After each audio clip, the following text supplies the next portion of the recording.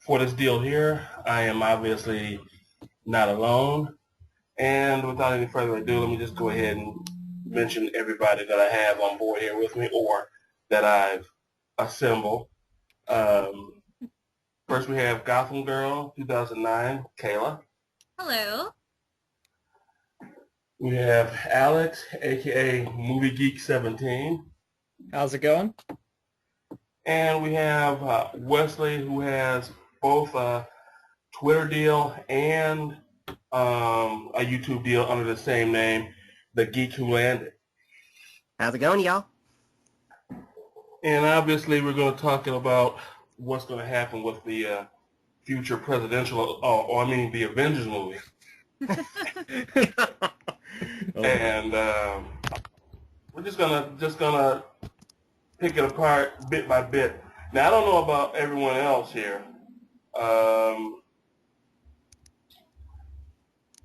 but I know there's been a lot of people that have been talking about, this is the movie that kind of brought them back to their childhood, and this is the comic book movie that's like the greatest out of all comic book movies.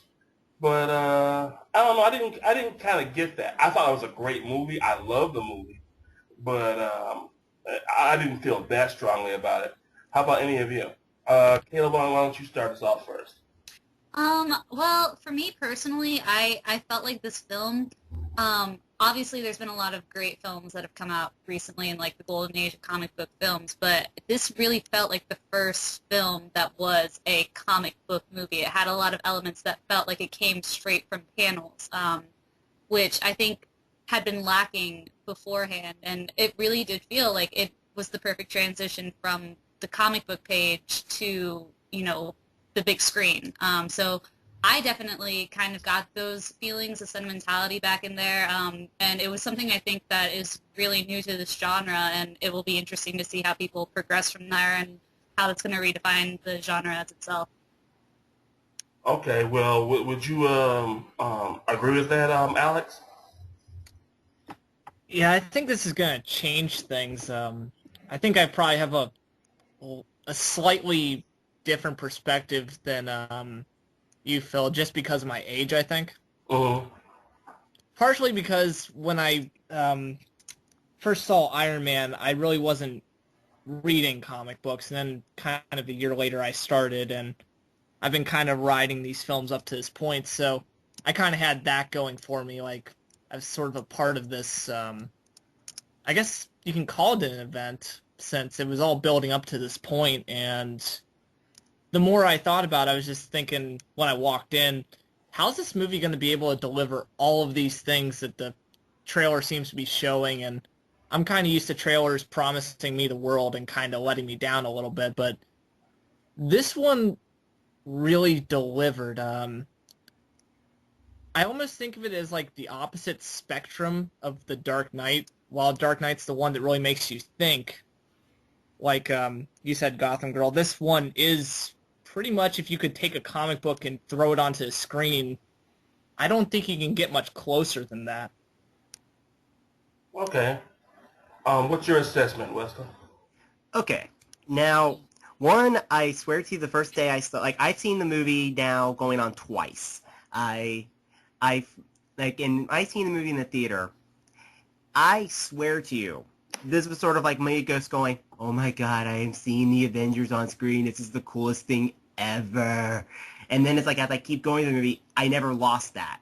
I was, like, I agree, like a Gotham Girl here, her thought was, like, her thing was that whole, okay, it's like, this is like the comic book movie come to life, and it is. It's how to bring, like, all these like, different movies into one entire cohesive unit and just kind of make you go, this is amazing. I've never seen anything quite like this on screen before, because this is such a big, like I said, it's an event. I mean, this was the event movie.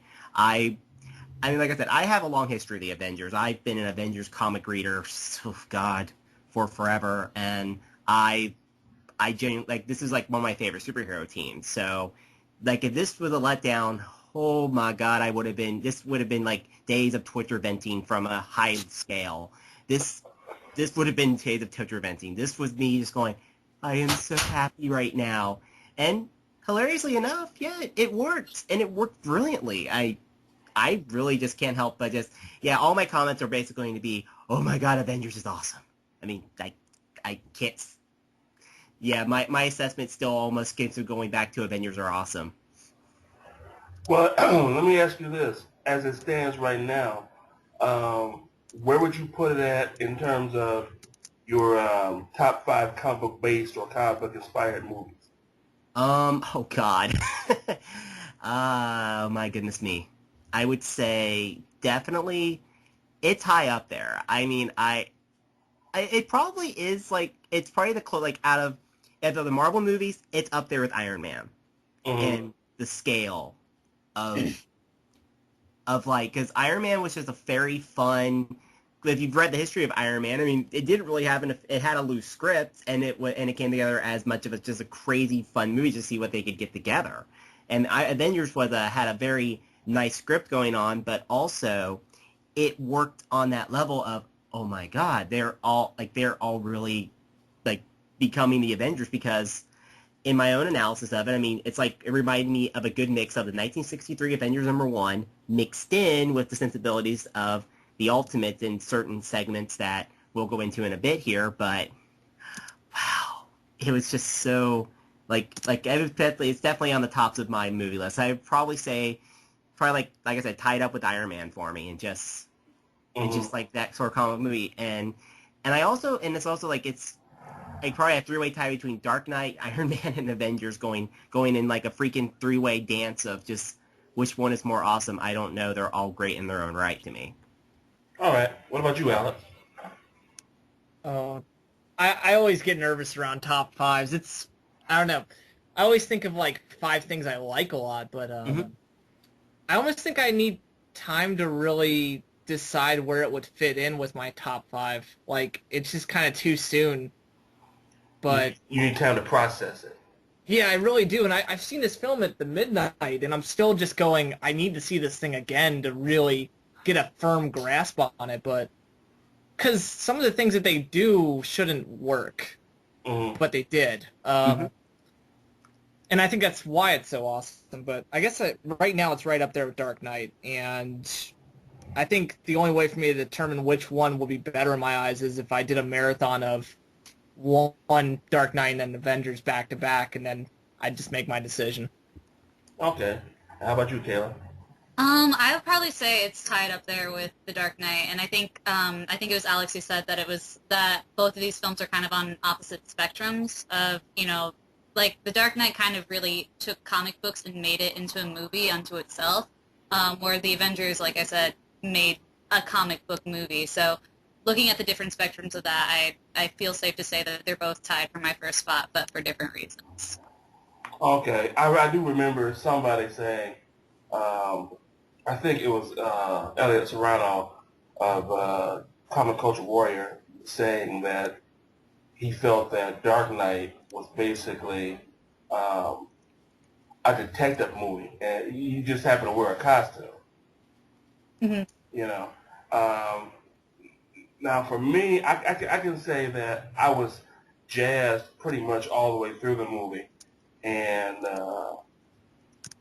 there was no real letdown for me. I know some people have said that they thought the beginning was kind of dragging, but I thought it was very well done, very well paced, and well. I'm trying to think how, as far as the top 5 goes, I told my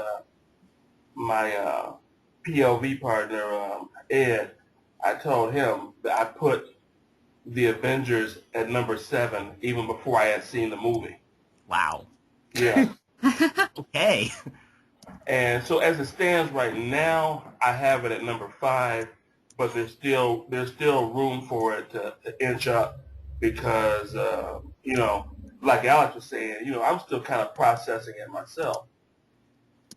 And but I don't know. As it stands right now, I know some commenters are going to take umbrage with this.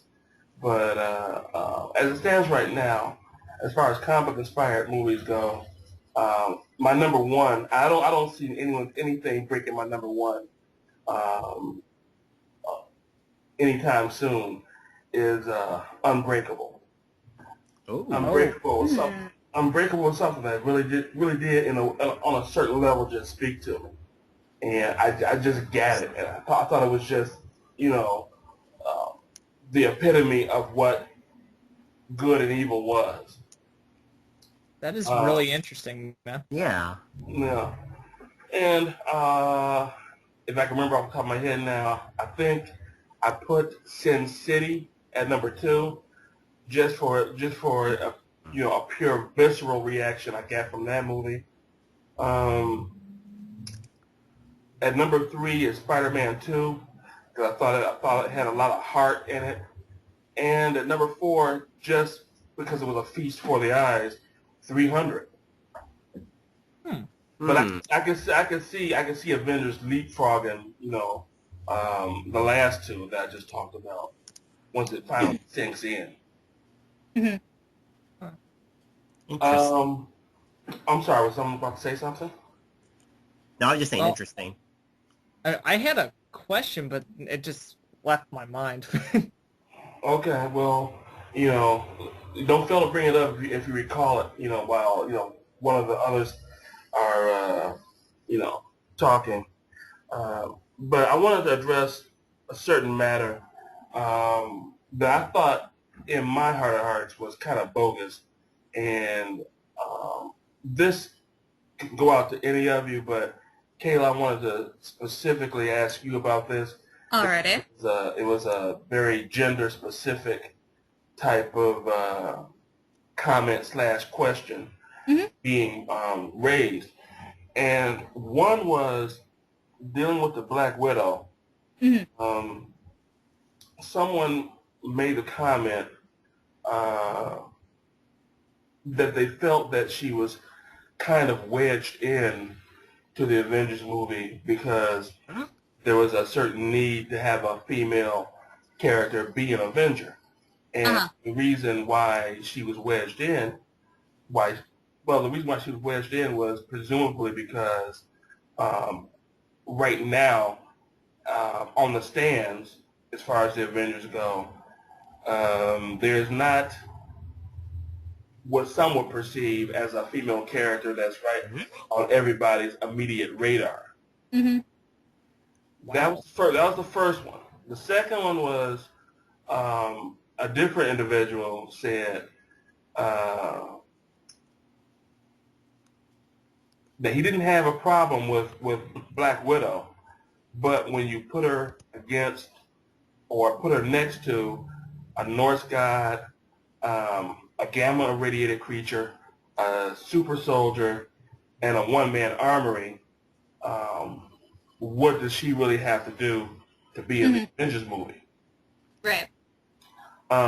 For sentiments like those, what's your thoughts on Well, first, I can see where some people get that, they just added her to have like a woman on the team, and that, I mean, that's kind of how they set it up in Iron Man 2. It really, like, I was very disappointed in her treatment in Iron Man 2 because it was basically that she's just this woman, and they didn't really get into the depths of her character. But I think that they did that with this movie, and she really did have something to add to it. I mean, they have the whole scene between her and Loki where really you kind of see her shine and see her in her spy mode and like what she can contribute to the team and the fact that she is able to pick apart Loki's mind and figure out that he's going to unleash the Hulk and like that's part of his plan and everything. I mean, if anyone that I felt didn't get proper treatment into how they can add to the team, it would probably be Hawkeye out of anyone. Like I was, don't get me wrong, Hawkeye is one of my favorite characters, and this movie made me remember why Hawkeye is one of my favorite Marvel characters. But he definitely, I feel, got the shaft not only in time of screen time, but as well as character development, as well as just what he did during the invasion. He didn't really have a whole lot to do. Where, Black Widow was a part of it, the entire time. And even though you have all these characters that do have these fantastical powers and can do all this stuff, she still is contributing as much to the team as everyone else. And I was actually very impressed in their treatment of her. I think they did a really good job and a lot better than what Jon Favreau did with her in Iron Man 2. So. Okay. Gentlemen, either of you have anything to add? I will say this, definitely, I will say the power of how Black Widow managed to come off so well this movie is the power of Joss Whedon being the head of this film. Mm-hmm. Because Joss Whedon is the man on bringing like generally how to give everyone a character moment, but also like this, he makes the female characters shine like freaking diamonds because he knows how. I mean, if we're gonna say Buffy the Vampire Slayer, Angel, on and on. I mean, he knows how to do that. And Black Widow, I remember watching an interview with Scarlett Johansson, and she was just so like, thank God you get it, thank you, because I can imagine she was probably a little bit nervous about how Black Widow was going to be handled in this movie initially, but it worked. And I mean, if we're going to take her introduction scene, that was when you go, yes, this is the Black Widow that we were looking for. I mean, how it's like, hang on, Coulson, just hold on a few minutes. Done. It's like, yeah. I mean, that was just so, that was Natasha, that was Black Widow, that was perfect. I mean, that, it's like the best comic book interpretation, like the closest to the comic book interpretation, because that's the thing. That was her. I mean, that was like, that's Natasha. Perfect. That's what I've been looking for. And we're talking about Black Widow because I don't want to get off focus yet, but it's like Black Widow, that was just so perfect. I mean, like I said, Joss Whedon, the power of Whedon. All hail Whedon, baby. Okay, well, how about you, Alex? Anything to add? I agree with a lot of what you guys said. I guess the only other thing to really add is I think that argument, at least of what she contributes, and even just the eye candy comment, kind of falls apart as soon as she appears in the film, and kind of throughout, really. Like, it's kind of weird since, like, even the outfit she wears is pretty tasteful, I would say. Yeah. Like, it's not like she's being exploited or anything. She's in a spy outfit. Exactly. It's tactical, and I don't know, like, the way that she's written, she is able to hold her own writing-wise with everyone else, which says a lot because, like, pretty much everyone in this movie at least gets a moment, but Black Widow gets, like, pretty much a half a dozen. Okay. I know when I heard the questions and comments being made on the first one, I thought myself that whether her being wedged on a team to me was pretty much an irrelevant question. In every iteration of the Avengers that I can recall, there's been at least one female member, and it may have been as many as 3, 4, perhaps 5. There may have even been Avenger teams that have had more females on them than males. So I didn't even see the point of that question being asked. And as far as putting her up against the other, quote unquote heavy hitters, my issue there was I didn't have an issue with it if it was exactly as the person had said it was. But the issue came in because Hawkeye was also a part of the team, and Hawkeye was kind of glossed over. So I'm like, why are you trying to maneuver Natasha into being irrelevant when essentially Hawkeye, by comparison, is a circus-trained, militarized trick shot artist. Mm-hmm.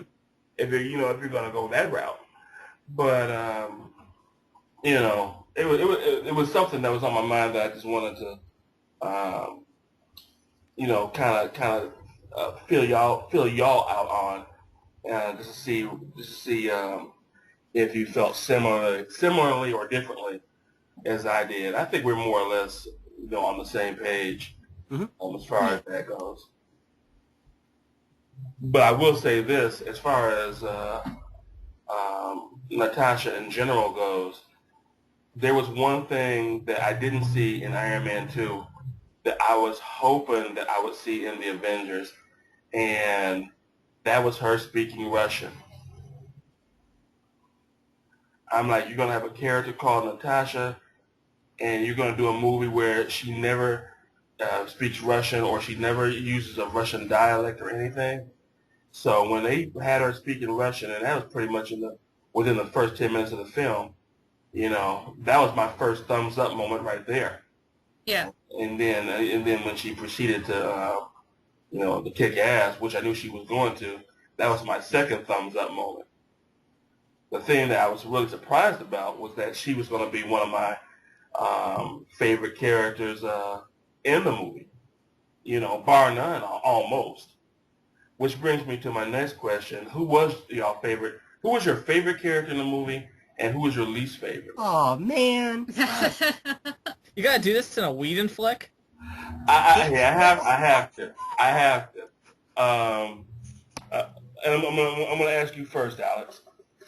Oh, I guess I'll get the least favorite out of the way, and this is just a technicality. It's Hawkeye, but like it's just because everyone else is so good. Mm-hmm. Favorite? I'm tied because I love Chris Hemsworth's Thor. Like, I really love his performance in that film.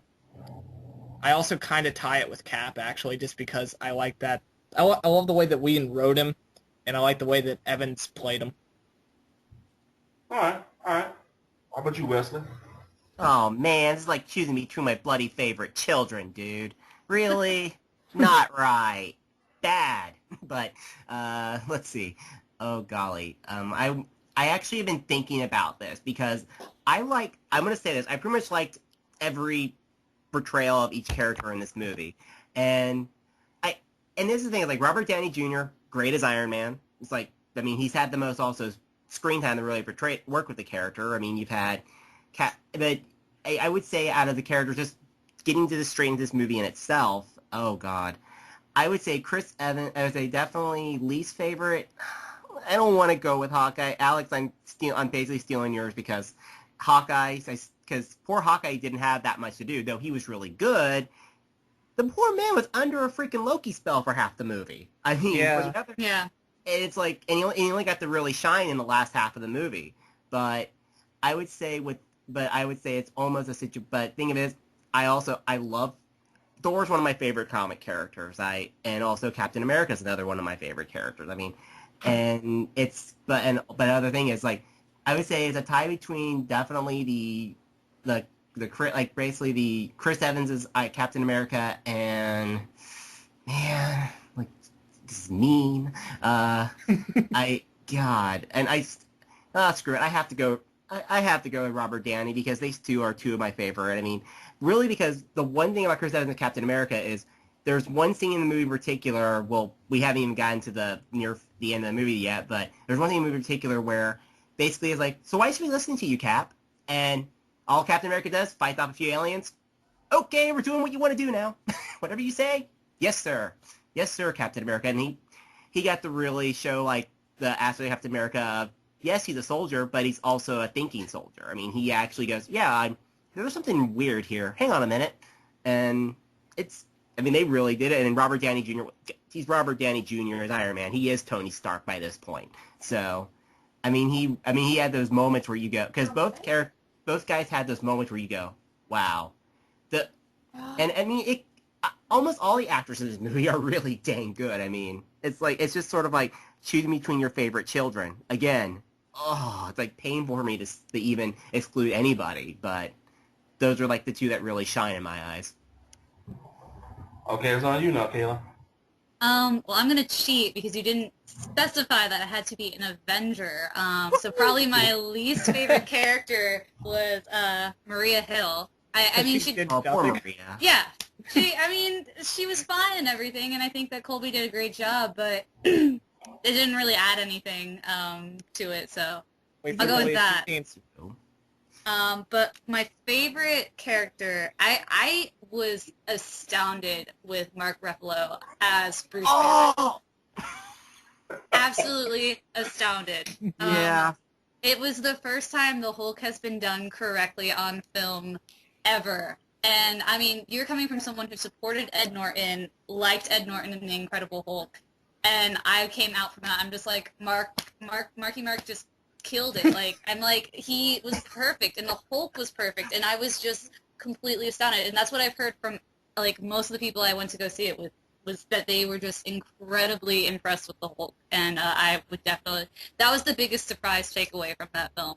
Because I knew everyone else was going to do fine. I mean, you have Robert Downey Jr., who basically is Tony Stark. You have Chris Evans, who did a great job with Cap the first time around. You have Chris Hemsworth, who did an even better job with Thor this time around. Mm-hmm.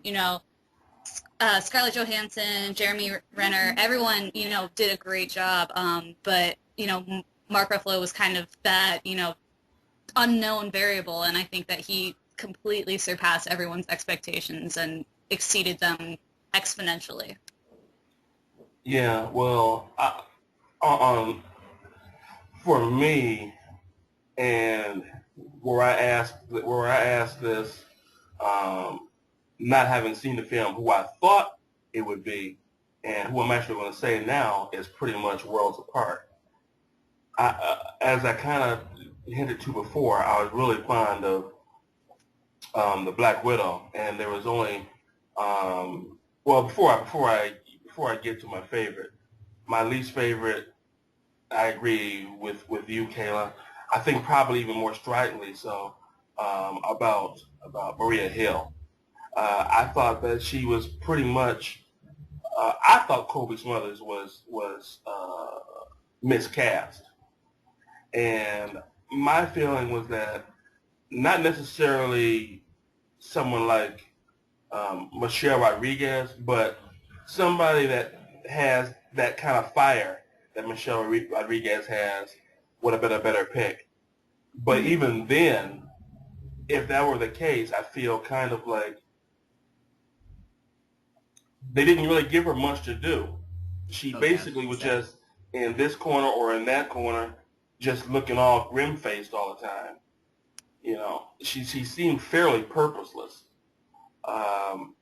But as far as my favorite goes, I never in my wildest dreams would have thought I'd say the Hulk.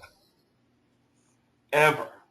And I don't have a hate Jones for the character. I was talking to Ed about a week ago, and I said to him that something like, I'm going into the Avengers knowing that I can tell that the Hulk is CGI, and knowing that I can sort of accept it on that level. And that's how I thought I was going to be going into the movie. Well, I'll just accept him. But he ended up being one of my favorite characters in the movie, period. And I'm like, all this talk I hear about the Hulk being the one Avenger, not getting a sequel, I think people may very well, the bigwigs, may very well change their mind, going by the reaction that a lot of people had to the Hulk.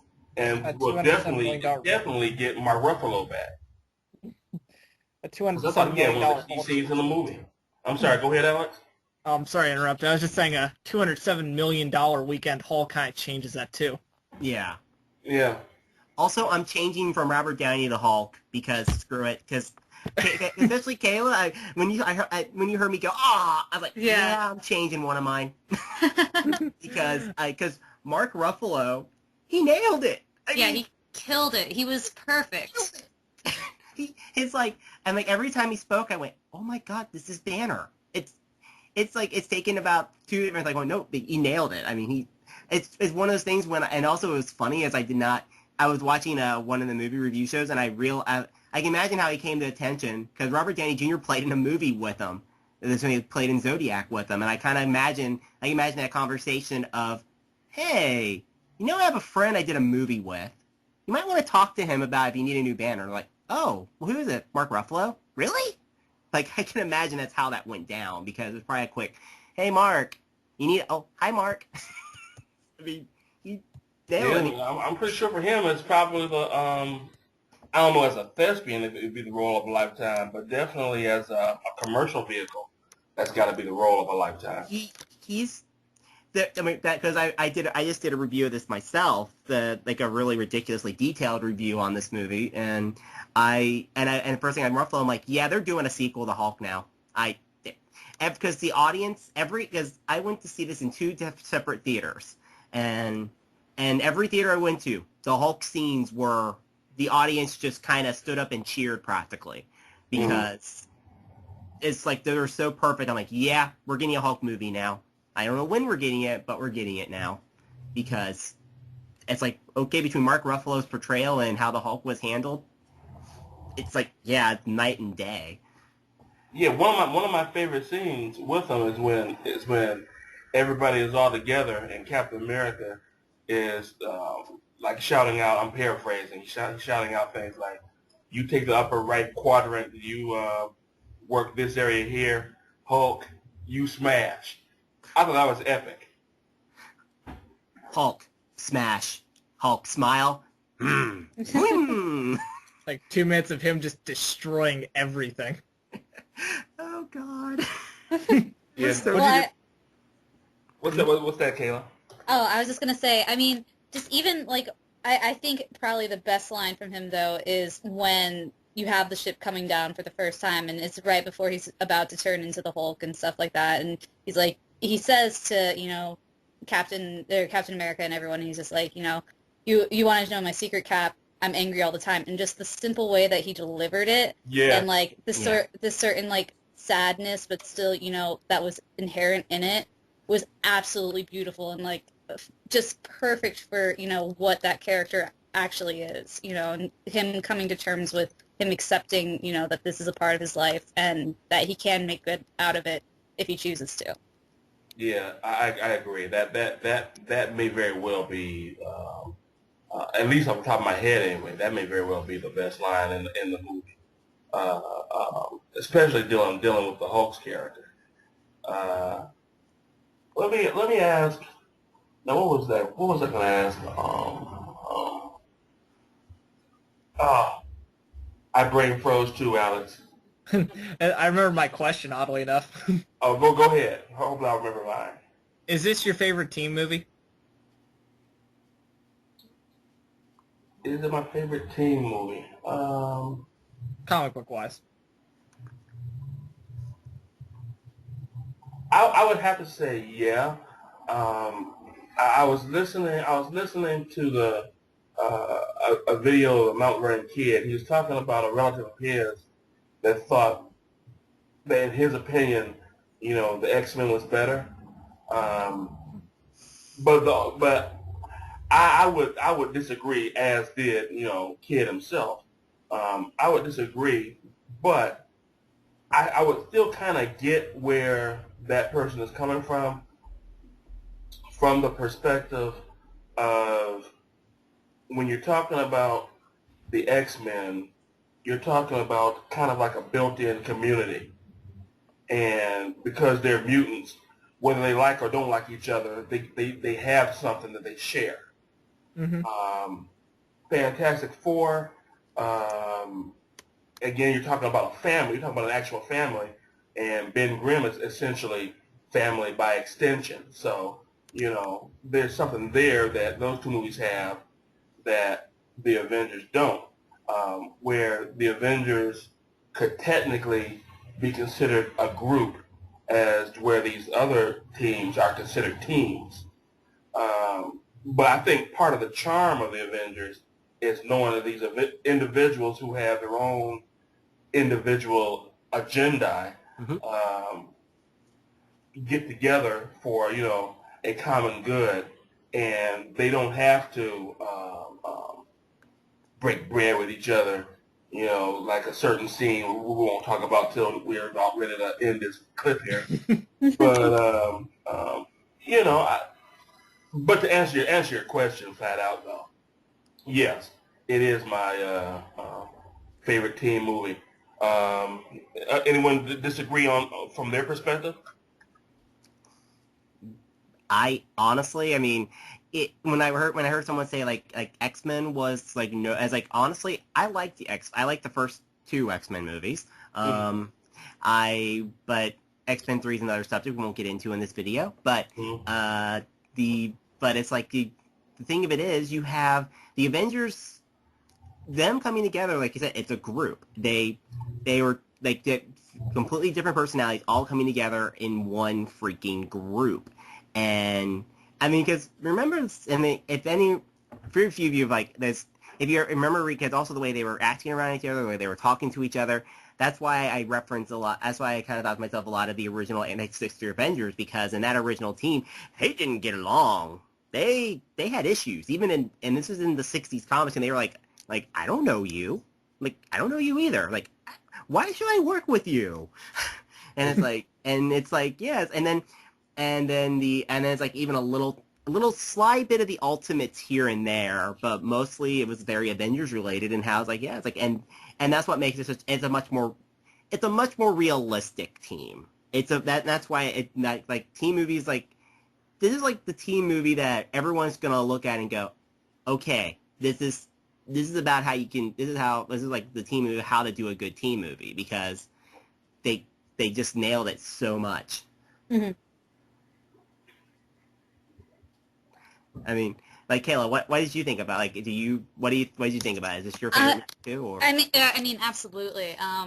Like everyone said before, I think when you have teams like the X-Men and stuff like that, they do have a unifying factor, and they are built on the fact that they are teams. What's unique about something like the Avengers or like the Justice League or something like that is that these are individual people coming together who have no business being together, working together, you know, and trying to overcome something. And so you have the interesting dichotomy that comes with that, with, you know, a bunch of different personalities that shouldn't be together and were created to have their own separate universes, basically, coming together and all, you know, trying to get past that. And I think that they did an excellent job with this, and I think it's a completely new aspect into, like, the whole team genre when it comes to films as well. Okay, well, I guess the next point of observation would be Tom Hiddleston as Loki, who I felt, if at all possible, was even more brilliant in this film than he was in Thor. Mm-hmm. He is just so intense with that role, and it's so multi-layered that you know, I can't speak highly enough about him. You know, when I went to see Thor, it was one of those things like they really need to think about doing a Loki movie.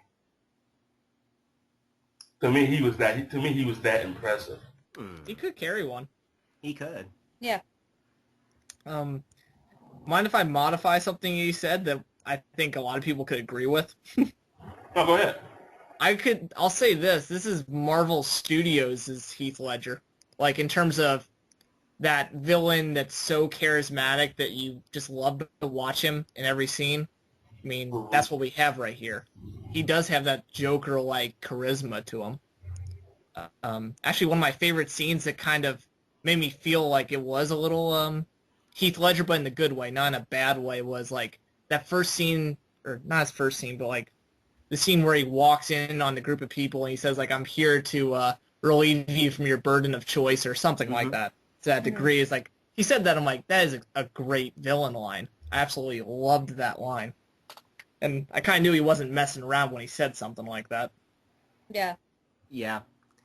And also there's a scene where he's in that party and he just smacks the guards, grabs the guy, and that's where I almost call this movie the equivalent of the magic trick moment of grabs the little device and just goes. I'm like, oh, well, there's the movie's magic trick. Yeah. Like, it's the pencil trick. Boom. Yeah. Apparently comic book films have things against eyes. And it's well, like, hey, yep. George Lucas has a problem with hands and arms, so, you know. And here's eye. It's like, oh my god. And then it's one of those things where they don't show anything else outside. You just hear the screaming and the oh crap. And it's like, and then when you see the eyeball form along where Hawkeye's doing his work, it's like, oh, now I get it. Ow. It's like, oh, yep, here's pencil trick. Oh god. Like, damn. I mean, that's where I went, okay. Like, yeah, this, it's like, and then Tom Hiddleston, even in his quiet moments, he managed to do a lot of really cool stuff. I mean, and that's the other thing. It's like, not just those moments where he's just acting like, I'm Loki, I'm here, universe. His quiet moments of, yes, I'm Loki. What's up? Like, okay. Like, yeah. Mm-hmm. Well, I thought it was a nice touch. Although I wish Tony's reaction had been a little bit different. I thought it was a nice touch when Loki finally got his comeuppance and he said something like, I think I will take that drink now. Yeah. That was perfect. Like, I'll take the drink now. I'd have to say probably my favorite Loki scene out of the entire film, though, is him and Black Widow, where, like, basically they both think that they're stringing, like, they think that they're stringing each other along, the entire time. And as an audience member, you don't really know who has the upper hand in it. And then obviously it turns out that Black Widow does. But, when he's going through and basically being like, oh, tell me, what's on this ledger of yours, or, what do you need to make up for and all that stuff. And then he starts off very quiet and then builds up and then, is right next to the glass and is talking about all these horrible things that he's going to, make Clint do to her. And, it was absolutely, like, that was probably my favorite scene in the entire thing, and you really get to see the passion as well as the subtle quietness that is Loki. Here's my question about that scene, because I enjoyed that scene a lot too, but I don't know if I quite got it. Perhaps all of y'all are more, I don't know, more astute than I am to capture certain subtleties. But what exactly did Loki give her to let her know what his plan was? I didn't quite get from him that he was screwing around with the Hulk or whatever, and that was going to be presumably their downfall or something. I think it happens when she says, like, you're a monster, and he's like, oh no, you already took care of that. You're the ones who brought the monster on board.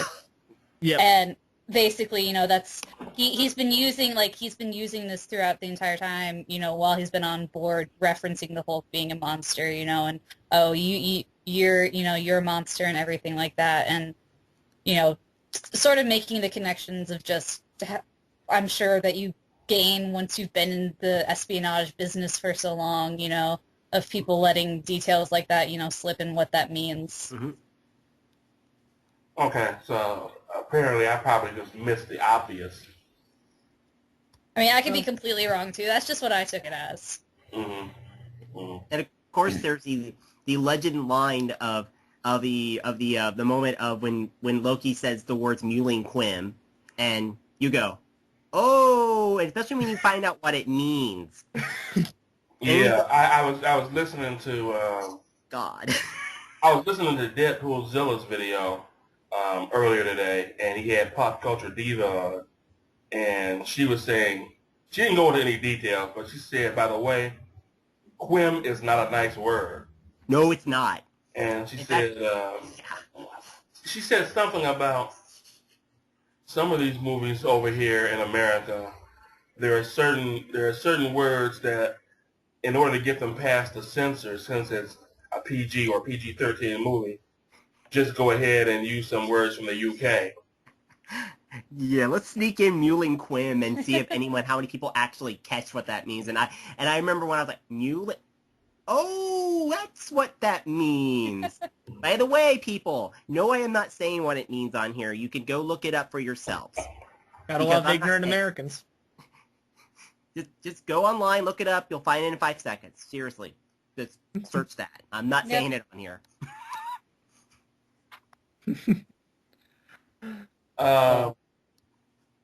One thing that kind of I was expecting to see, I don't know if all of you were expecting it as well, but one thing that I was expecting to see that I didn't see, or at least I didn't notice, were not including the end credits, the after the end credits deals.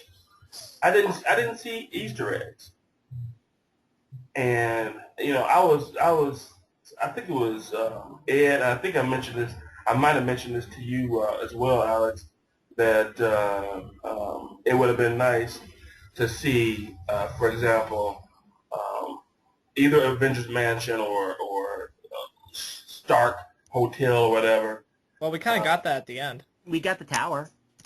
Yeah, no, but I'm talking about where there would be a TV on, and maybe it's all in the background, and it's something like CNN or C-SPAN or something.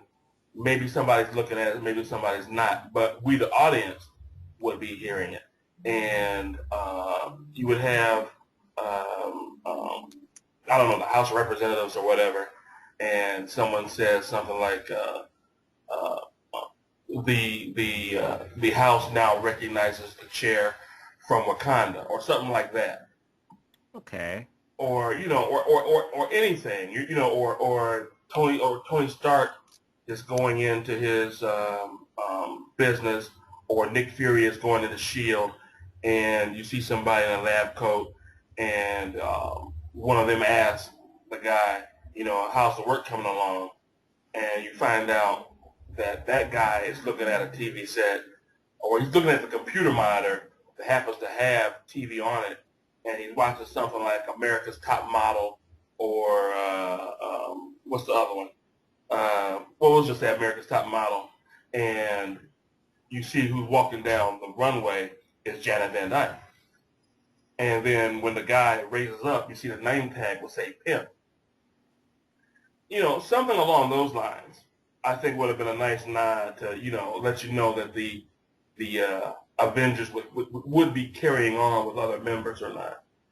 Did anybody have any kind of expectations of seeing any kind of eggs? Not what I mentioned, but just in general?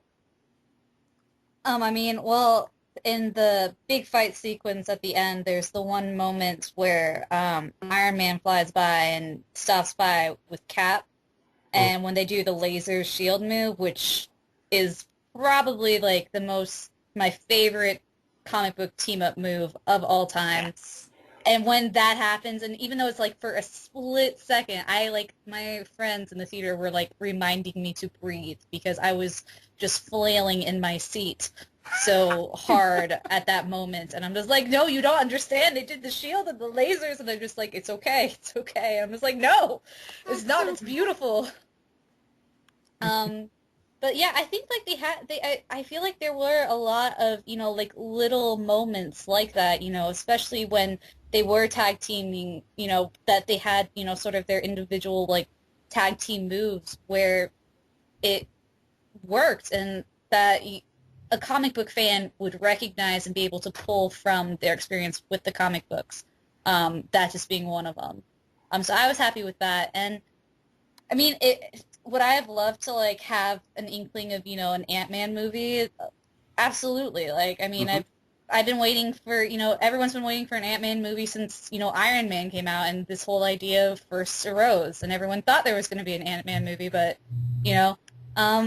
I really can't, like, I think that they did, that if they would have done that, it probably would have taken away a little bit from, like, the little video montage that they have at the end, that I think was a really nice encapsulation of how, the world in the comic, like how people in the comic books view the Avengers. Beautiful. There's the supporters, and they're the people that are very much against it, and this kind of conflict between them. But it worked really well, and it had a very nice finalizing moment to it, and reminded us all that this universe is supposed to take place in our universe. It's not like DC where it's a separate entity. Like, this is how we would deal with something like that. And so I was completely okay with how they did that. Okay. Also sad moment. If Spider-Man stuff wouldn't be owned by Sony right now, we would have had a J. Jonah Jameson commenting on all this. Just saying. J.K. Simmons. Now you're making me think of that. Yeah. See? It would have been awesome. Think about that a minute. Like, that would have been cool. First the damn Spider-Man, now we have to deal with the damn Avengers. Aw, dang it. I almost think, well, do you have anything to say about it first before I jump in? No, go for it. Oh, okay. Well, I almost think we got Easter eggs. It's just not the kind we're used to. Like, we had the Gwyneth Paltrow bit, and that was a little callback to, like, past films. We had, like, the little all-father line from Loki to Thor, that was calling back Thor. And then we have, like, the boxing bit with Captain America calling back all the films. It's like they were calling back their own films, sort of like comics would call back past issues. Thank you. Yeah. Which was really cool. And then we even got, like, classic little bits from the comics, like Gotham Girl mentioned with the laser bit. One of my favorite bits in the whole film was you have the very short but very awesome Thor versus Hulk fight. That was so great. I loved it. So good. Like, I think like the moment where I almost wanted to fist pump and just stand up is where Thor like gets his hammer and just has that. It's not like obvious slow-mo, but you get a slow half-second moment of him just like nailing Hulk in the face with a hammer. I'm just like, yes! And like I remember like sitting. Oh, go ahead. No, that was it. Keep going. Oh, I was just gonna say, like, I remember sitting there. I mean, like, if this would have been like the animated like Hulk versus Thor, Hulk versus Thor movie, I would have been all over it. Like that 3-minute sequence was by far better than the animated thing that came out. I'm just like, why? This is perfect. And it's great when you see Hulk trying to pick up the hammer, trying to pick up Mjolnir, and you're going, what? No. Oh, why won't you move? But I'll tell you, my favorite scene came not with that fight, but when they were starting to ally with one another. And when they were taking out an enemy that both of them had to take out, and they did, Hulk sucker punches him. Yeah, at the end. That was, to me, just beautiful. That was a work of art. Did not expect that at all, actually. Even though, like, it makes sense. It's like, they fought all these people, all these aliens, and then, punch. Just changes nothing. Yeah, I believe where I was, that might have been the biggest audience reaction, because there was a lot of audience reaction in that movie, but that might have gotten the biggest kind of almost ovation, like out of any scene in that movie. For my theater, it was Hulk just like throwing Loki around like a rag doll. Puny God. I couldn't even hear the line because they were flipping out so much. Yeah, same here. I was so mad. I was like, seriously, people, shut up. Yeah, it was funny. I actually had one of my friends went to a later showing, and he asked me, Wes, what was the line Hulk said? And I said, you didn't hear, like, my theater was too loud. What did he say? Like, puny God? And it's like, that's what he said. I'm like, my theater was just quiet enough so I could hear puny God the both times I saw the darn thing. So our midnight theater was absolutely ecstatic. So they pretty much flipped out any chance they got, which was pretty much every 5 minutes of that movie, which was awesome. Now, Wesley, could you tell that was Lou Ferrigno? Yes. They, like, in the Hulk movie, they were trying to get that Lou Ferrigno sort of, like, and especially the voice. I was like, oh my god, did they actually get Lou Ferrigno to do the voice again? Holy shit, wow. It's like, they actually came closer to the Lou Ferrigno look than what the Hulk movie did. I mean, they actually came a lot, like, because the Hulk animated much more smoothly in this movie than he did in the Hulk movie he was in. Like it was like, wow, they really, because if the Hulk was on screen, the audience would cheer. Hulk appears, audience cheers. Hulk smashes, audience cheers. Hulk fights aliens, audience cheers more. It's like, Hulk can just do whatever, and the audience would just start freaking cheering, because I was like, oh my god. It's like, yeah. It's like, it was just crazy, and I was like, this is nuts. I love this. I'm like, it's like, and this was like one of those movies, and also just to go a little tiny bit up, but not too much. The audience was probably one of the best. Every audience I went to, I saw this movie with, they were just like, wow. Like, I'd never seen such an audience, like, so strangely unified in a movie. It's not something you see very often. I went to see the first time I saw it at noon on a Friday. And the audience was as amped as anything else I could ever see. It was like, oh my god, noon on a Friday. And it's like, and they were just all amped up the eyeballs loving this thing. I'm like, wow, this is not even a midnight show. Holy crap, I can imagine what a midnight show would have been like. Was it sold out? Nothing sold out, but it was pretty good. I mean, for noon on a Friday, and people were like, and most of the IMAX theater was fairly sold out. I mean, yeah, it was pretty wild. I'd not seen anything quite like this in quite a long time. Okay. How about you two? Were your theaters sold out when you saw it, or no? Oh, after you. Well, I saw it, the first time I saw it at midnight, and our theater was completely sold out, as well as we saw it in 2D, and the rest of the 3D and our 3D IMAX were sold out as well. So that was pretty incredible. And like everyone's been saying, like I've gone to my fair share of midnight showings in my life, but this definitely had an energy that, very, very few midnight showings have anymore. But the second time I saw it at 9:40 in the morning on Saturday. And it wasn't sold out, but it was incredibly packed for a 9:40 showing in Georgetown on a beautiful, May Day. I would say about, 5/6 to at least 4/5 of the theater was filled. Wow. Which was incredible. We all went thinking it'll be fine, no worries and all that stuff, and we get in, we're just like, where are all the seats? Why are there so many people here? But yeah, it still, even at that showing, you had people that were engaged and were clapping, I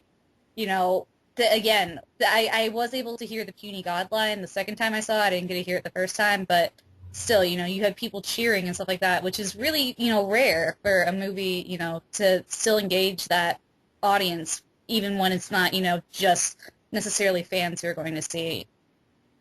Right. And how about you, Alex? Well, I managed to see it on Thursday at midnight. I convinced myself a couple years ago, no matter what circumstances I was going to be going through, I was going to see the midnight showing of that film. Just didn't matter what was going on in my life. But I was able to see it no problem, and I bought the ticket a couple weeks in advance because I was thinking, I was hearing buzz about it. I'm like, well, maybe it's safe just to pick it up just in case. And then people started flooding in at about 10:30, and we were just sitting in the seats for about an hour and a half, and 2 other screenings were sold out at my theater, and I was just thinking, this is going to be a big movie. I kind of didn't give it enough credit when I was thinking how much it was going to make. I was thinking Iron Man only made $100 million, which is a lot, but I was thinking maybe 130 tops. Not this much. Not even close. Yeah. I don't know. I have to kind of reassess that word only. Yeah, it's just... It made $200 million in $200.8 million in one weekend. I had no clue it was going to pull that. A movie alone doing that, let alone Avengers, is incredible. Yeah. I mean, that just shattered every preset, number ever that's been, and I think a lot of expectations as well. Well, I'm glad for nothing else to put a body slam on Harry Potter. Oh yeah. You know what this film actually does with that kind of haul? It kind of just shows how much of an abysmal failure DC's been with putting out more than Batman, Superman. This really face plants them. Oh yeah, it's like DC is kind of like, they're kind of like backed into a wall now, because I'm almost willing to guarantee you they're gonna put out a Justice League movie, but it's not gonna be a Justice League movie where all the characters have been fleshed out in their own movies first. Yeah. I think even Superman, I think the guy that's playing Superman now, assuming that Superman's a hit, probably won't be that guy playing Superman in a Justice League movie. I got the Justice League movie because I have had conversations about the Justice League movie in my comic store and other places, and unless like stuff really changes within the whole Warner Brothers hierarchy and they really give DC like an established like studio mindset in their own thing in their own company, like how Marvel has with they had a Paramount and they have a like kind of Paramount Disney thing, and now unless that happens, Justice League is going to be. I mean, that's like the movie event people are waiting for, but it's going to take a long time and a lot of negotiations for that to ever happen. I don't think it will happen, honestly. I don't either. Like, you can't do Aliens now, otherwise people, like, wrongly or rightly so, people are going to say you're ripping off Avengers if you use Aliens. You can give a Starro. We'd all appreciate Starro. I'm just saying. I'd appreciate a giant starfish, a giant alien starfish. I think the thing is you would need one hell of a director to pull that off. Which is what we got with Whedon. I mean, I don't think the average filmmaker would have been able to make this film work. No. And the Chitauri were freaking from the Ultimate Universe, and they were from the first Ultimate series. And by the way, I even missed that. I actually had to look this up online and go, oh my god, this did come from the Ultimates. I mean, it's not something you would immediately catch in your head until you go, son of a gun. That came from Mark Millar's Ultimates. It's like you mix in the merge of, and it's like pretty much 90% Avengers, except for that one little bit of an Ultimates moment here and there, and that was like the big one. It's like, huh, okay, I did not even realize that. All right, am I the only one that didn't care for the aliens? No. Well, I'll be honest, I was hoping it was like Asgardian, like another realm of Asgardians that were kind of pissed, but that's okay. I could get over the aliens thing because of one reason, really. Well, they were cool to see the Avengers beat up, but besides that, Thanos. Yes, Thanos! Oh my god. That's why. Oh my god, yes, Thanos.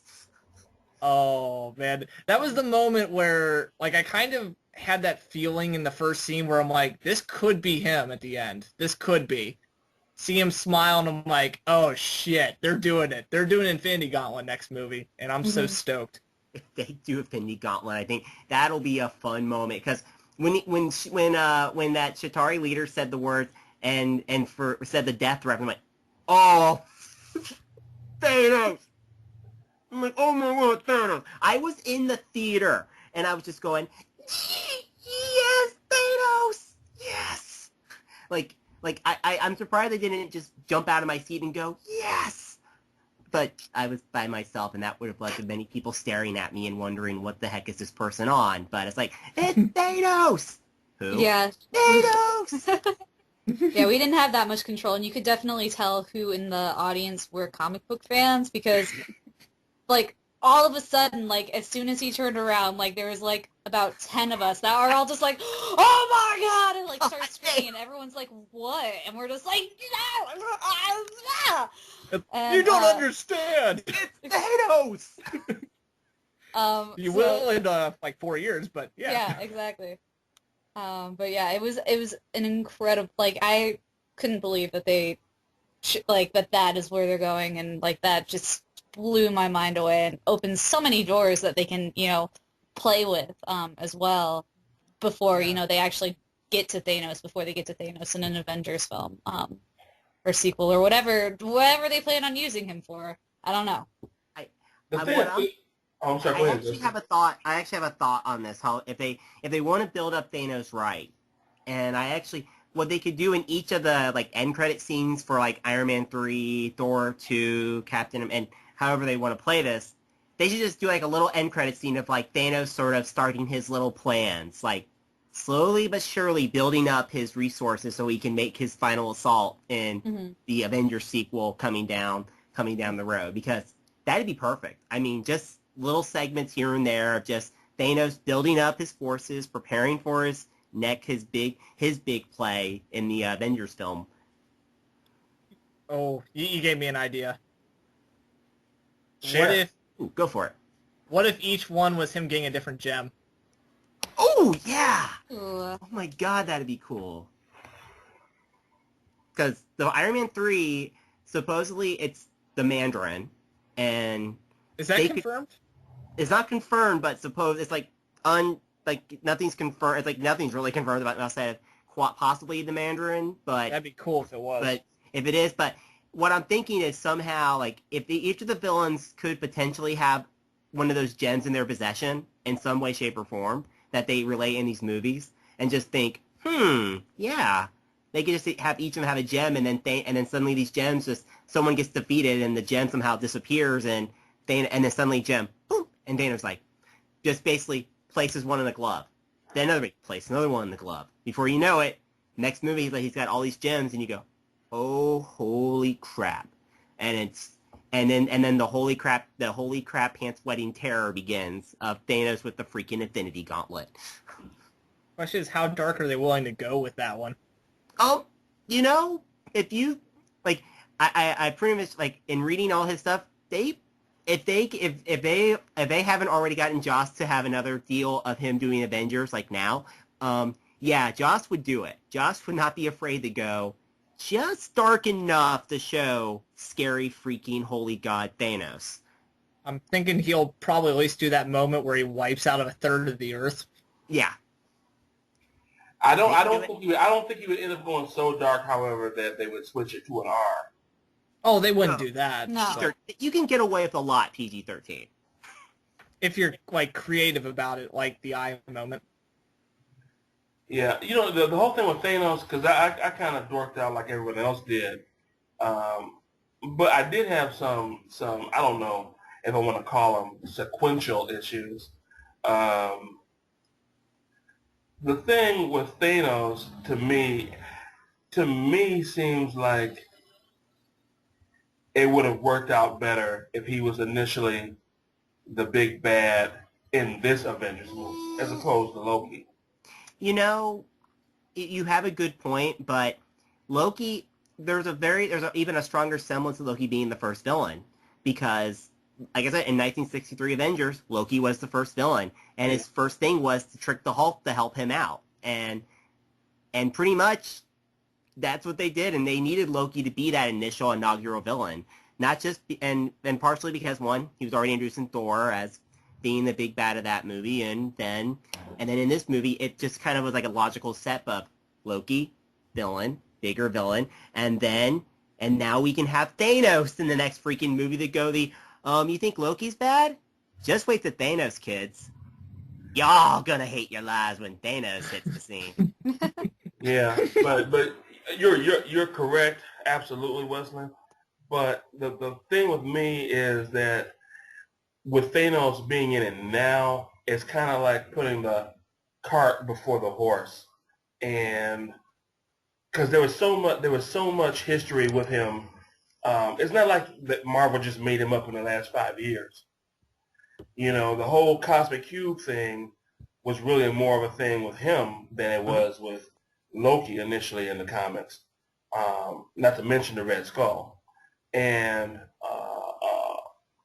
to have Thanos and not to have a story first that's dealing in some way or shape or form of the Kree-Skrull War seems like they're a little bit on shaky ground. Now, of course, Marvel will work their way around it, but I don't know. It just seems a little bit off to me.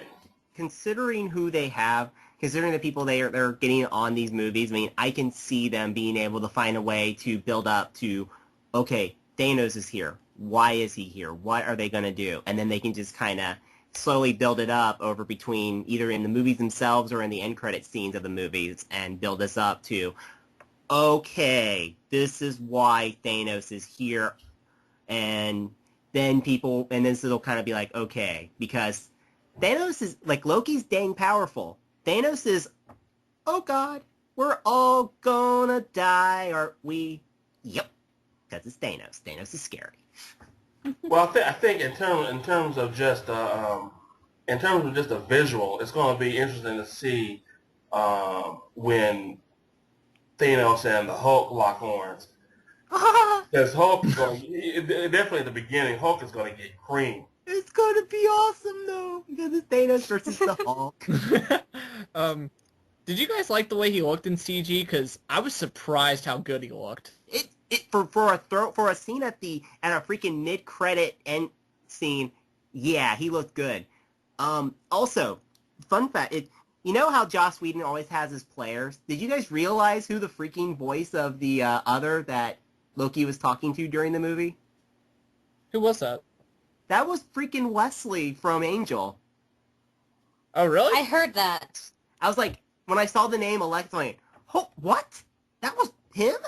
That's like, that was the only way I was going to get this in this conversation because I wanted to mention that because I was telling my friend this and he was like, son of a gun, that was him. And also, I want to mention this because like since we're at like this near like sort of like the point of like talking about like some of the ending stuff and so forth.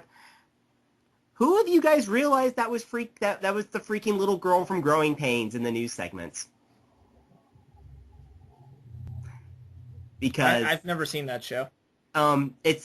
There's a girl named Ashley Johnson she was like a little kid from Growing Pains, and she's not really done a ton of acting in the past, but she's been mostly kind of out of it, and she's in Joss Whedon's upcoming Much Ado About Nothing, and what happened was it's kind of like, hey, we have a quick role for the Avengers. I mean, if you want to be in it, and most people didn't realize that's her because she's really not done much in the past few years, but yet there's Ashley Johnson on there, and that the freaking little kid from Growing Pains in the last couple seasons. Son of a monkey, it is.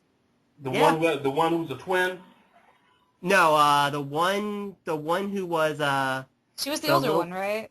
She was the youngest one that popped up in the last season or so in the series of like the season after. I think it was the season after Leonardo DiCaprio's season on that show.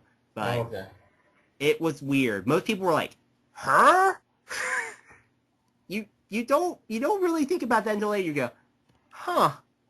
Son of a gun. Yeah. I've been every time I think about this movie, I always think of one other thing to go. Joss Whedon is because one thing to rule about Joss Whedon, he has his people he goes to, and if he can get them on in a movie, sort of like how Sam Raimi is, if he can get one of his friends in a movie to sneak him on doing something, he'll do it, and he managed to sneak on a couple of people that he has in his repertory cast that he can goes, hey, you want to do a quick role in here for me? I need somebody. Yeah, I like to be in Hollywood. I said I'll play Pip. I'll play Pip from Warlock. Yeah. By the way, they could eat. The scary part is about the next Avengers movie is with Thanos being in there. They have very limitless possibilities of who they could sneak in for little bits and pieces. I mean, they really wanted to do this. I mean, because actually, there's one thing I've been pondering. One, the death that I'm not gonna lie made me really sad was Agent Coulson. Yeah. God rest. Yeah. Or Agent Coulson. Yep. That made me really sad. Like I was like, no, you can't kill Clark Gregg. Damn it, no. Like no. So what I keep thinking of, because someone was talking on Twitter yesterday about what's the deal with Scarlet Witch and the Vision? Like, can they use them? And I thought, oh my god, I know how they can bring back Agent Coulson. And for some odd reason, I get this feeling that they're going to figure out a way to keep him in the movies. And why not transfer? Because there's two possibilities. Like one, either transfer him and make him like a Vision character, or two, and this is interesting. Robert Downey Jr. mentioned about, and Tony Stark mentioned about the life model decoys, and I'm like, son of a gun, life model decoy of Agent Coulson. They could do this. They could do this very easily. I'd prefer that to Vision, to be honest. Yeah, I'll give you it. But they could do life model decoy of Agent Coulson, because I actually thought Vision, but then when I was talking to my friend about the movie, he said, why not life model decoy? I'm like, yeah, that would work better. And I had not thought about that until then, because the life model decoy is just a throwaway line, but son of a gun, that could be a throwaway line that could be useful down the road.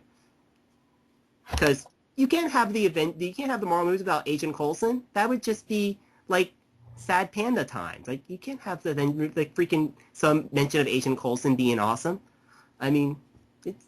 But are you saying that the Coulson that died would be the life model decoy, or the Coulson that we would see? They would transfer his brainwaves into like his brainwaves, however they do that, and transfer him into a life model decoy, and sort of have him be like back from the dead as like a sort of like a shield agent, as being a life model decoy, and just being and just being sort of like a body double of him, like being like transferred into being an android of sorts. So, like, in that case, I think I would rather go with the Vision idea. You see, I think I actually do get the point that Vision should be treated much more special than, though Agent Coulson would be cool as a Vision. I'm not gonna lie, I would get a kick out of seeing Clark Gregg play the Vision, but in a heartbeat, I'd get a kick out of it. But I think him with the Life Metal Decoy would be very interesting to see how they do it. But that's just something I've been pondering, because really, I don't want to see Agent Coulson gone, because I like Clark Gregg as Agent Coulson. So that's just me. Well, as it relates to him, what did y'all think of that stunt that Nick Fury pulled to sort of galvanize the troops? Oh, I think it was very Nick Fury for him to do. Mm-hmm. Agreed. It was perfect. Yeah, like I was thinking, it seemed like it was kind of a low down thing, but at the same time, I thought it was really understandable. Nick Fury, the ultimate spy, the ultimate gamesman, one step ahead of everyone else.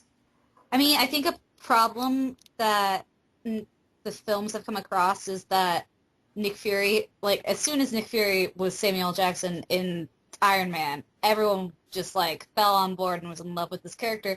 But, Nick Fury has a lot of flaws, and, he's not necessarily always right, and he doesn't always have, the best game plan. He has a game plan that can work, but it's not necessarily the best or what, everyone chooses to do.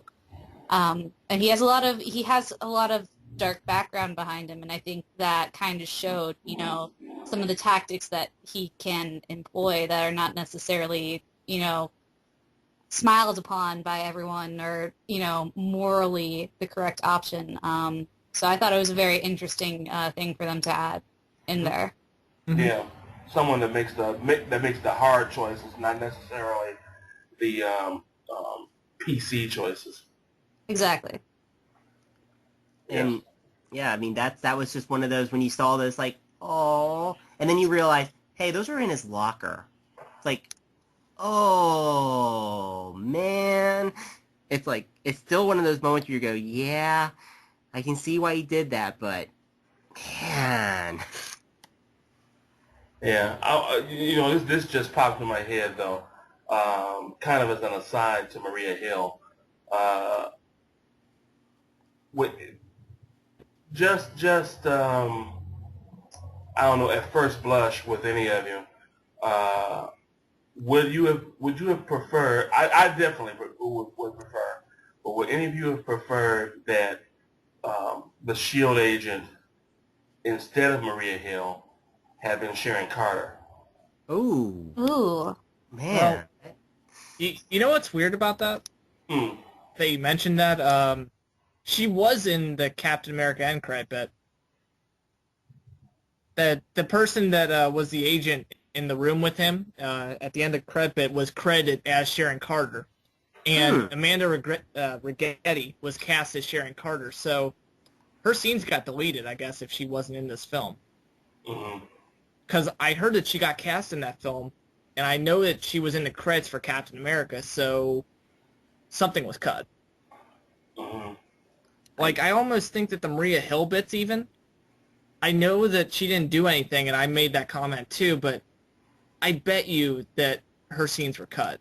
So maybe I should wait for the deleted scene bits before I can really judge her portrayal of the character. Yeah, because poor Maria Hill, I mean, the thing that sucked about it is Colby Smulders did not do a bad job with what scene she had, but like the Maria Hill that I've seen in other, it's like they really did not do with much with her in this movie. Of course, it's one of those things where the movie is already so packed in. It's like, oh, poor Maria Hill. She got the short shift on that one. Well, like, they cut like 30 or 40 minutes worth of footage already. Like, or it was like 60, or it was a lot. They filmed a lot of stuff. Can't wait to see those deleted scenes. That's all I'm saying. I hope they put together a director's cut. I love it when they do stuff like that. Yeah, I heard that Daredevil was supposed to be pretty good, the director's cut. Oh, it's very good. That's what should have been in theaters. Okay, well, let's see. to wrap it up, let me ask this. This is the question that this was probably the first question on my mind, and the one I dreaded asking the most. But I want to see if I can ask this right.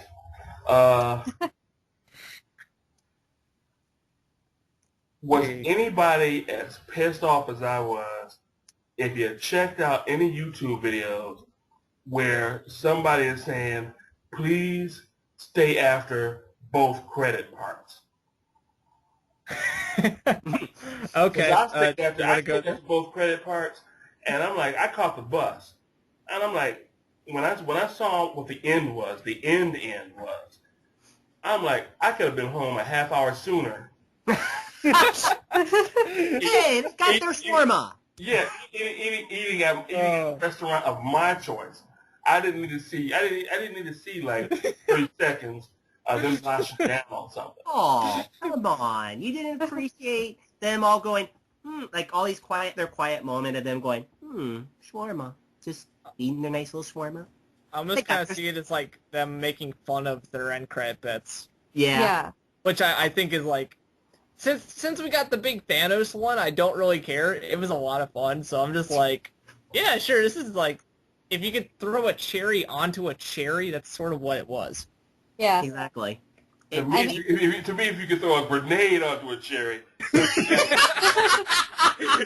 Oh, God. See, for me, it was kind of like the perfect, like, because there was a lot of humor in the film, like a surprising amount of humor in the film. Just to have, like, that last thing, like, was just really nice and a nice little touchstone, but also just, like, what went into filming that, because they filmed that after the premiere. So that's why you don't see Chris Evans' face, because he has his beard. And so, like, that's why his face is turned away from the camera, and he has his, like, hand up and stuff like that. And just, like, the fact that, like, they all came back together to do, like, this one scene that is based off of an ad-lib line by Robert Downey Jr. about shawarma, like, is brilliant. And, like, it's just exactly what Joss would do. Like, he's just like, yeah. And, like, that cast would do. Like, they would all just be like, yeah, sure, we'll come in and do this, you know. And I loved it. Like, I felt that it was, you know, self-deprecating for, you know, what, you know, you expect from a Marvel film and, like, all these end credits. And, like, for the biggest one, it's just them sitting around, you know, eating shawarma and Thor taking this gigantic, you know, massive bite out of this huge thing. And so I enjoyed it, but I can imagine how some people might not. What's funny about that is when you look at the scene, it's like, it's almost telling of everyone's character. It's like, here's Iron Man, here's Tony Stark just eating his shawarma, Thor's yamming down his shawarma. I mean, Bruce Banner is like gobbling down shawarma like a madman, and then Hawkeye, Black Widow, and Captain America are just sitting there just going, holy crap, because they're just like half fried out there just going, I don't want to eat shawarma. We're good. We're good. It's like, and they're all like half tired out of their eyeballs, and it's like, yeah, it's like this almost telling of everyone's character. It's like they're all like half of them running on adrenaline, everyone else is just like shawarma good right now. Shawarma very good.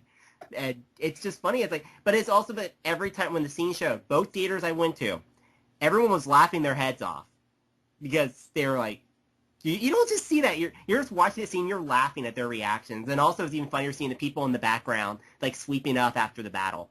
Like, just la la la la la, we're cleaning up. It's like, just everything about that scene is just like, oh God. It's like, if you don't have one thing to reference, here's people just cleaning in the background. Like, oh God. That just adds that extra level. I hate to really, like, look too much into a scene that's meant to be self-deprecating. Exactly. But, like, no, like, the thing is, like, I'm also wondering, it's like, wow, I wonder how Hulk would be in that sandwich. It's like, why am I thinking about that? It's supposed to be a joke. Hulk hungry. Hulk. Or it would be kind of funny if, like, if Hulk was eating with them and he just kind of taps on one of the Avengers past the salt or something. Salt. I don't know, just something like that would be kind of funny. Well, I know the crowd that I was with when the scene showed, it wasn't exactly like this, but it was as close as you could get to an entire audience saying, "Really?" we stayed behind for that, and I was like, "My God!" It was such a Bendis moment, and I can't stand Bendis. So anything referencing Bendis, I'm not gonna like either. Ah, yes. That reminds me of this as well. I know he's the architect, pretty much the architect of Marvel, but I'm getting tired of Stan. I don't need to see him mugging for every movie now. You know, he gets big props from me, big props with what he's done with Jack Kirby and to some extent Steve Ditko and all them guys. But, you know, it's getting to be a bit much now. Do y'all feel similarly or differently? The Stan Lee cameos? Yeah. I don't know. It's sort of like Alfred Hitchcock, you know, cameoing in his own films. I know they're not technically Stan Lee's films, but I don't know. JMS cameoed in Thor, and I liked it. Yeah, but he's not cameoing in every one of them. Yeah, true, but I just see it as an Alfred Hitchcock kind of deal. Mm-hmm. And Stan Lee, I mean, it's just like that little Stan Lee moment of, here's Stan Lee pops up in a movie. It's like, it's fine. I have no issue with it. It's one of, like I said, it's Alfred Hitchcock appearing in his films. It's just, doesn't really, I just think it's kind of neat to see Stan Lee pop up. And the fun, and also everyone knows Stan Lee. I mean, it's like, oh, Stan Lee, hi. Mm-hmm. I think they were smart to hold him off till the end of the film, though, which really allowed you to, like, whereas before, you know, Stan Lee would kind of, like, make random appearances, whatever, throughout various parts of the film, usually towards the start of the film. But to, like, have it hold off, I think, was also just a really nice touch, and having him in that whole, like, montage type thing really kind of built up the emotion behind it, you know, and what he has contributed to the comic book world and everything, so. Mm-hmm. Yeah, my feeling is I wish they had done more to show Jack's influence. Yeah. I think there might have been, if I recall correctly, one of the cards that Coulson had might have been one of those old cards from the 40s that Jack Kirby drew. But I couldn't make it out clearly enough to tell for sure. That wouldn't surprise me. Though, to be fair, I think, like, the CG Hulk had a lot of Kirby in him. Yeah. Yeah, I agree. But, you know, if I were going to have Stan do a swan song in a movie, it would probably be a third Punisher one where he'd be taken out. And not for Shawarma. Aw. Come on, it's shawarma. There's nothing wrong with a little shawarma between friends. Yeah, well, he'd have to enjoy it. Yeah. But anyway, I want to thank all of you for, you know, guesting with me. I appreciate the fact that you were able to find some time out of your schedules to co-host this segment with me. Much appreciated. More than a pleasure. Yeah, absolutely. Thanks for inviting me. No problem. So everyone, this was us assembling for the Avengers movie. Until next time, night out.